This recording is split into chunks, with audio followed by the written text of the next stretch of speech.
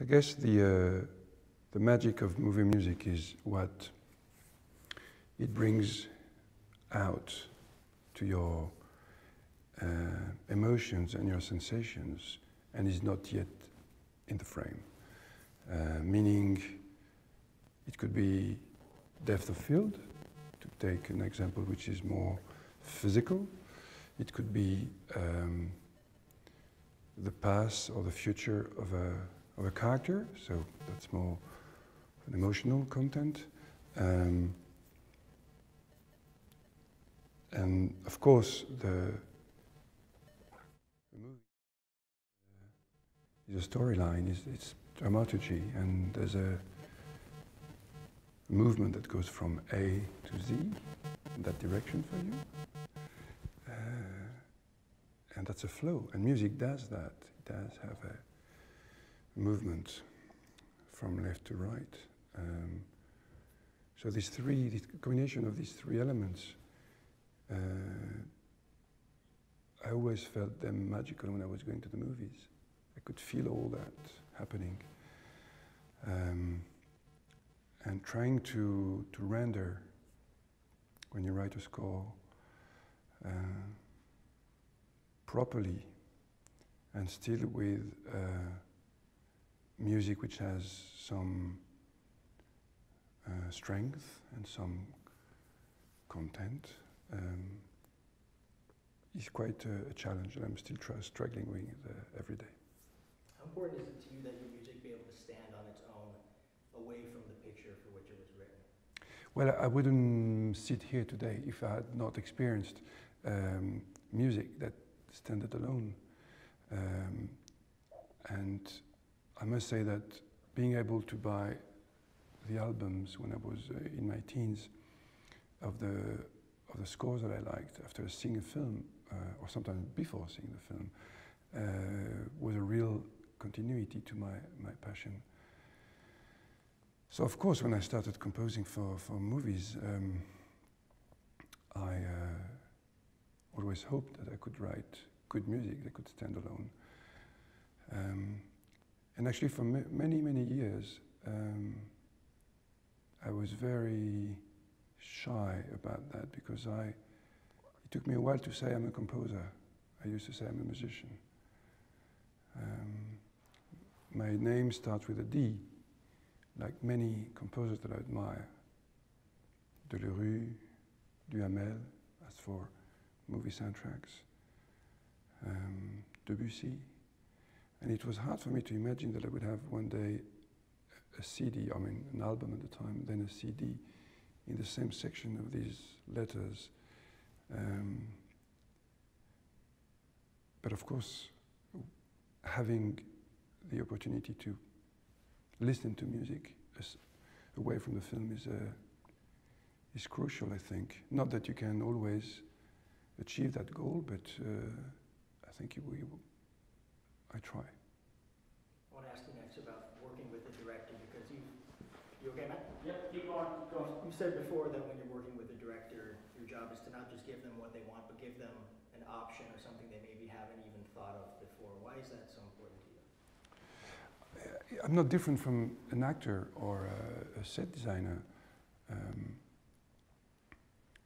I come with my history and my background and the fantasy I have of the storyline and of the film.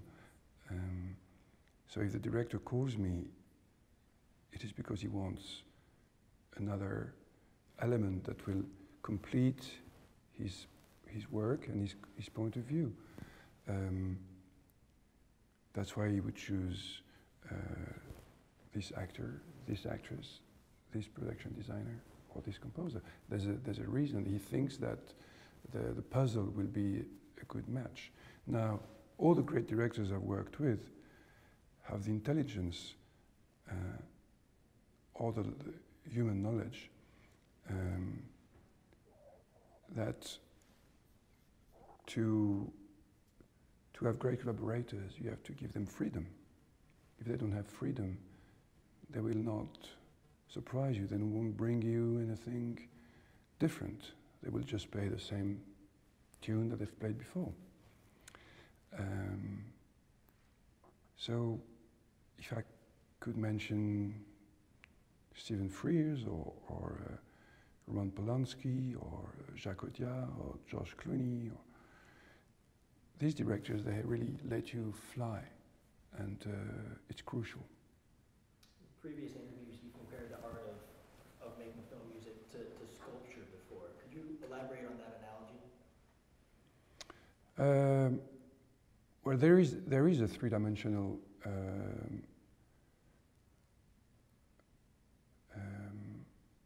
music is three-dimensional to me. It's not just, of course, when you read a score, it's two-dimensional. But when I think about the music in a film, as I said before, there's a world in front of me. It's not just flat. There is depth of field when you use a camera. The actors go from the back of the room where they're playing to the front. It's like being in a theater. There's a dimension that you can feel, and music has to follow that, I think. It can emphasize it, and the more I compose, the more I want to be part of this object and actually move inside this object and move into the three dimension of a movie without having 3D glasses. It's not the point. It's just music can create so many things in cinema. You can widen the screen just by entering suddenly, very slowly, a full orchestra where there was before just a few players. It suddenly widens the screen.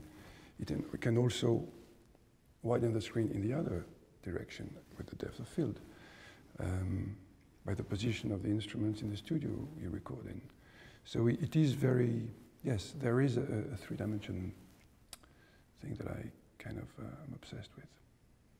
One of the other things that you've spoken of before is this idea of music and the movie vibrating together. Could you sort of define what vibrating is to someone who doesn't really know anything about making music for movies? Yeah, that's something that I spend a lot of time with. It's also one of my obsession, trying to because I compose with the picture, I have the picture there with me. I can try again and again. And when I say vibration, again, it's about this three-dimensional sensation. Sometimes you write a piece, you hear it. If you do a mock-up, you hear it to the picture and you feel that it's flat. It's not, there's nothing, you're not bringing anything new to what is already on the screen. There's nothing magical about it. Until I find, after many attempts, something where I feel that certainly there's a movement in front of me, which is the music, which certainly is part of what the film is doing. Of the energy of the film, of the soul of the film, of its breath, the way it evolves on the timeline. And that's what I call the vibration, when I can feel that the music is really in phase. You know, it's like when two instruments are in tune or not in tune. When they're not in tune, the vibration, the harmonics that don't align properly and the sound is not pure. There's this thing that I'm looking for. What about the idea of continuity and how it's important to your scores? Could you define continuity and what it brings to your music? Continuity of the music, you mean? Your music. Through the film? Yeah. Well, there's many ways of of having continuity. It can be the instrumentation, the use of motifs or themes, or the way you place the music, because there is also the placement that gives some kind of a sensation of rhythm. That's my answer.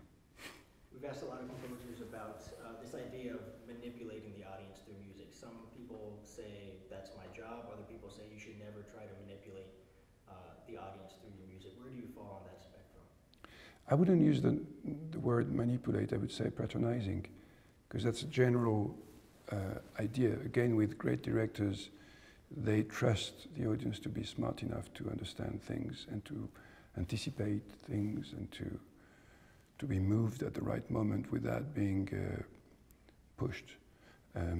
So I try to follow that track. But when we speak of movies, there's various types of movies. There's many, many, many types of movies in the cinema. If you write for a very intimate cinéma vérité type of film, music has to be of another caliber than if you do a fantasy movie. So I would say that it's impossible to generalize. Movies are all very different, and there's no rule that you have to follow. Actually, you should follow no rules, because there's no truth. Maybe this isn't a rule, but something I've read that you tend to like to do is not focus on melody first, but focus on color when you're first starting off. Why is that? I don't know. I've always been excited by orchestration and by what the combination of instruments can create, and of course what they can create for the film I'm working on. Therefore, I tried when I watched a film for the first time to hear the harmonics, the impetus of the sounds, going from the very low frequency to the very high frequency. Now I wonder what the film is calling for, and that can come from the light, the way the photographer has used light in his film, the camera moves. It can come from the tone of the voices. If they're high or low, if they speak low or loud. All these elements I have to listen to and take in the equation.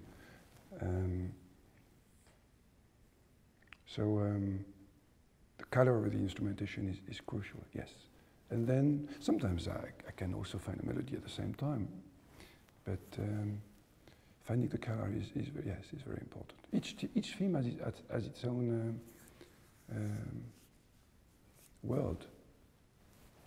One of the things I was interested to learn when I started this documentary was that not all directors want a melody for their scores. Yes. Although a lot of the scores we remember are the melody-driven ones. Why would a director maybe not want a melody in his or her film?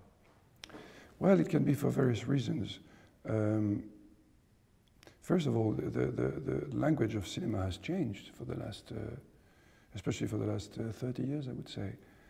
And even more in the last 20 years because of the instruments we're using and the electronic and many other elements that have now been brought into our world of instrumentation.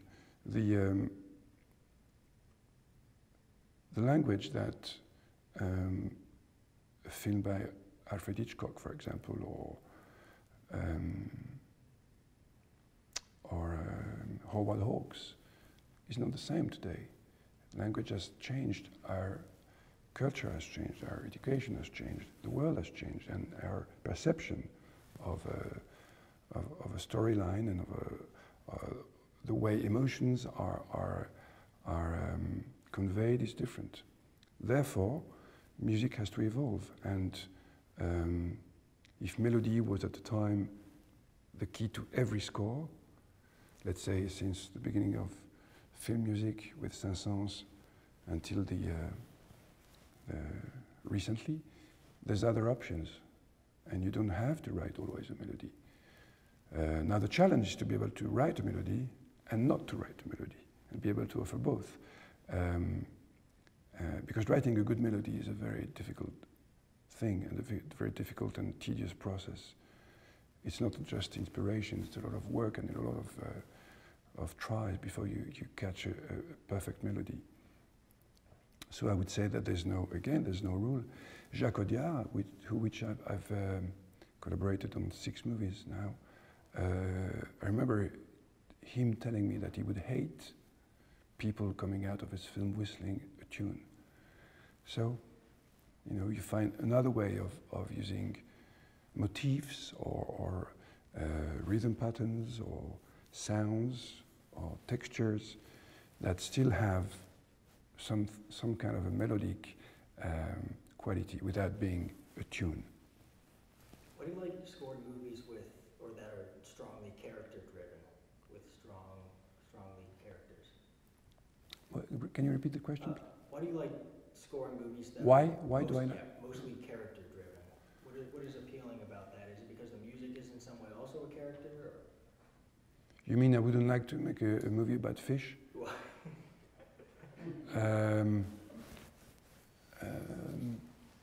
Why? I guess maybe because this human experience that I mentioned before is what we're dealing with here. We're doing movies for them to be seen and to share an emotion with people that we don't know, but we hope will share the same experience. It's like going to the theater. You go to the theater with people, you sit in a room and you will share with the people on stage a moment of magic. So I guess this is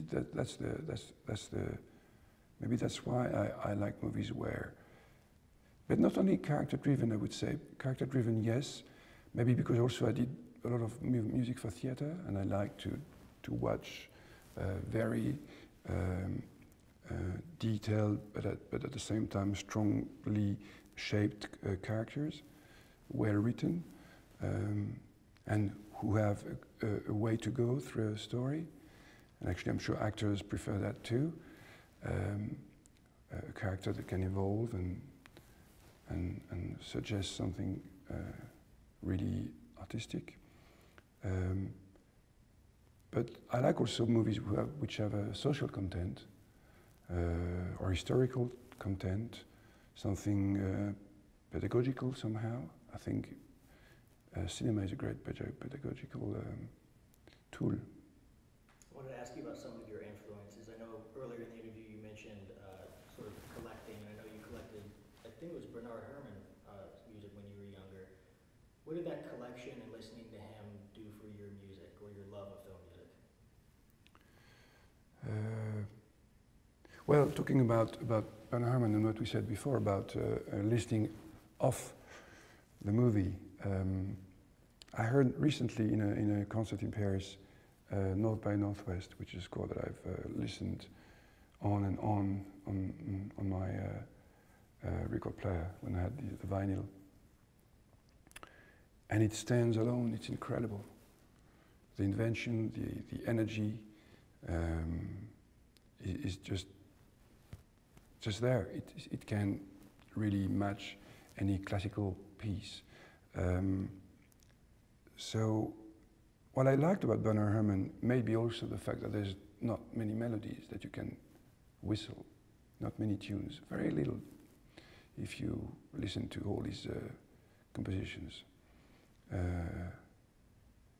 But the motifs that he uses are, I think he's the first minimalist. He's actually the first to invent for cinema a way of composing which is different.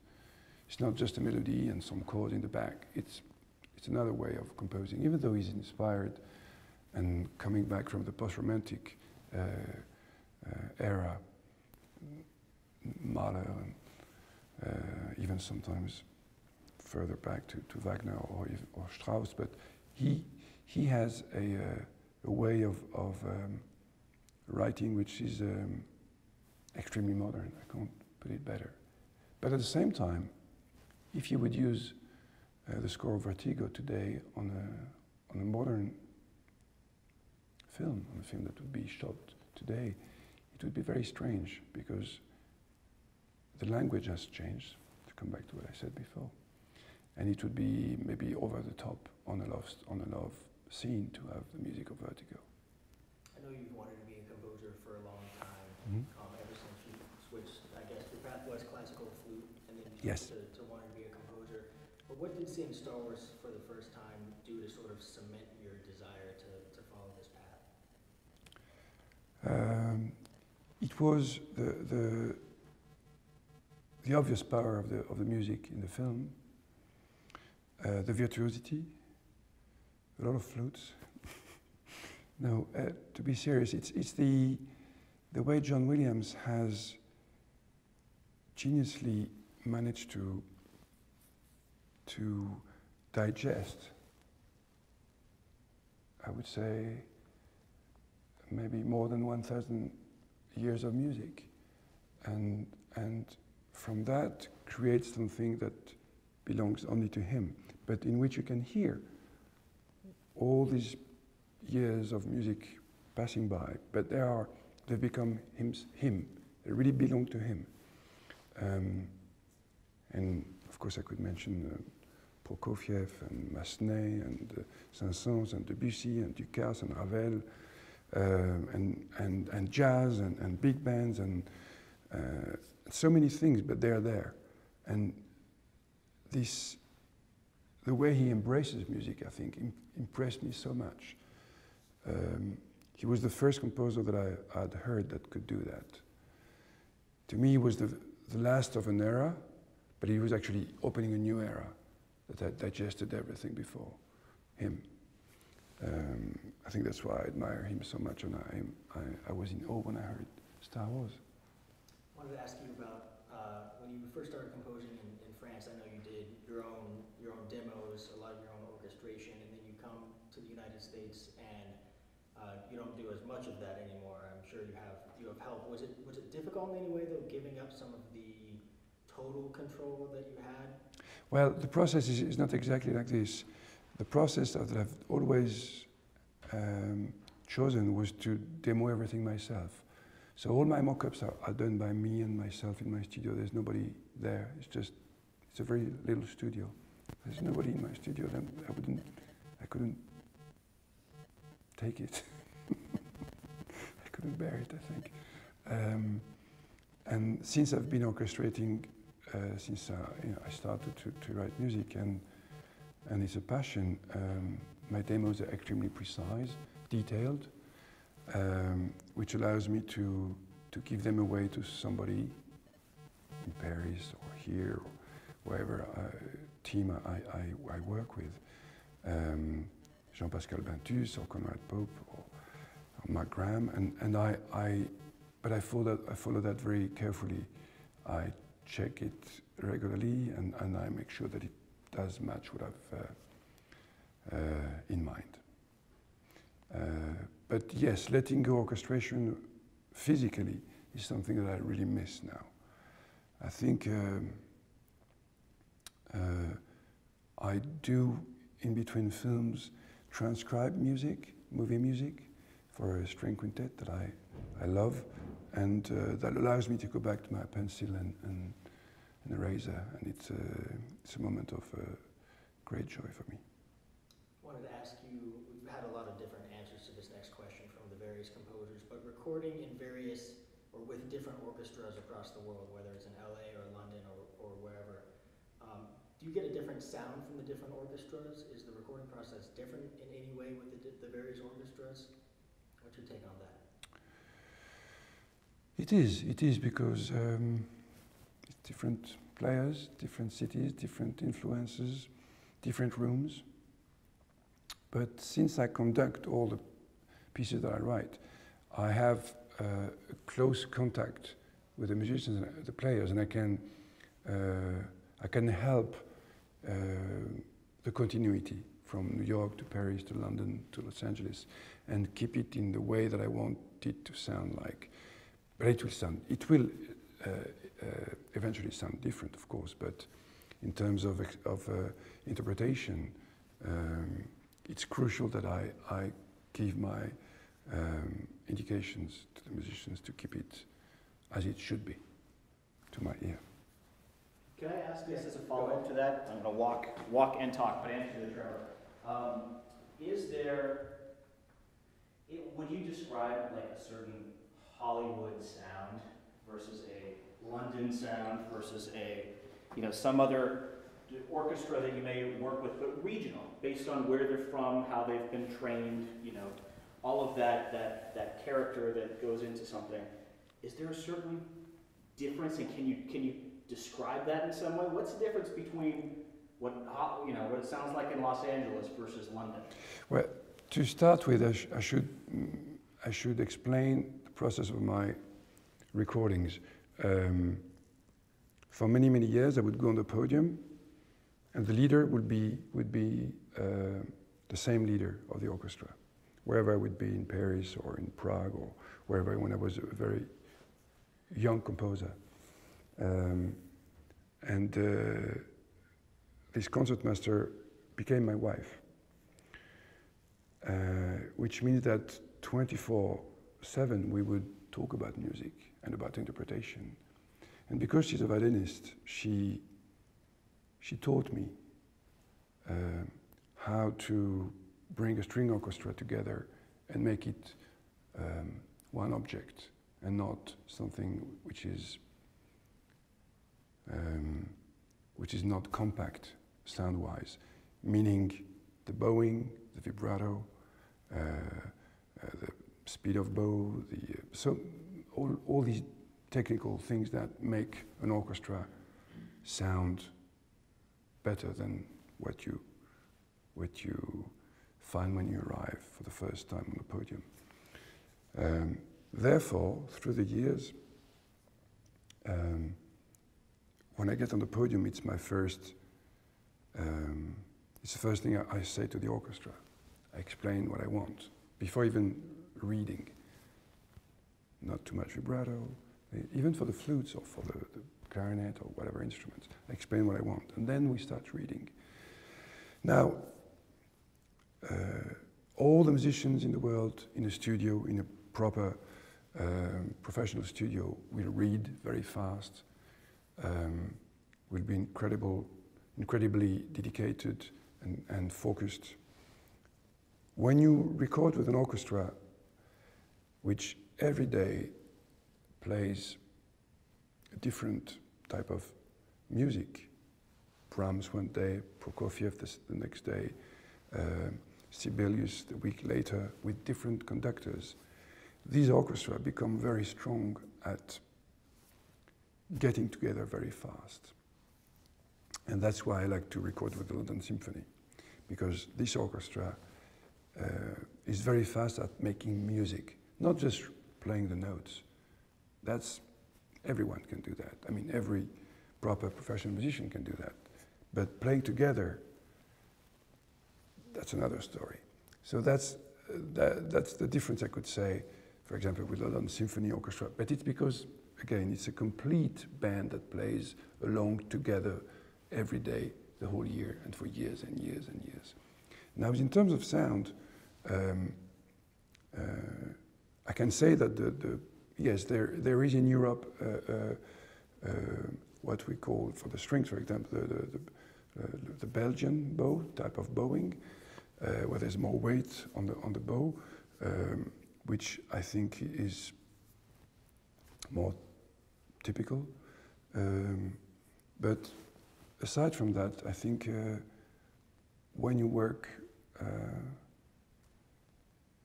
with the good musicians and with the principles that you've chosen, that you know will bring for the solos the proper sound, I think you'll find everywhere.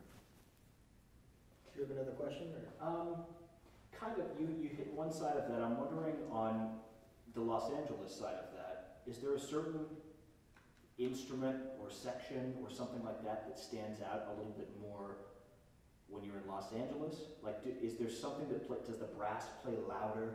Does do the strings, is it something where you're going to have to compensate for that a little bit to get the sound that you want? I would imagine you always need to, kind of tweak everything, but what's a little bit different, just maybe based on, where the players grew up and were trained and playing the instruments, I guess, as well? Well, all the sections are fantastic here. There's nothing to complain about. They're amazing. And not that as much. I'm just saying how. No. I hear you. For example, in London, there is a real heritage in the UK of brass bands. They play a lot together. And usually they play with a gentle sound. Here there is also a big heritage of brass band, but they play with a stronger sound. That's something I could obviously say. The woodwinds are great here, they're great over there, and in Paris too. Frankly, I don't see much difference if you go by sections. It's just a matter of putting them together. It's a conductor's job.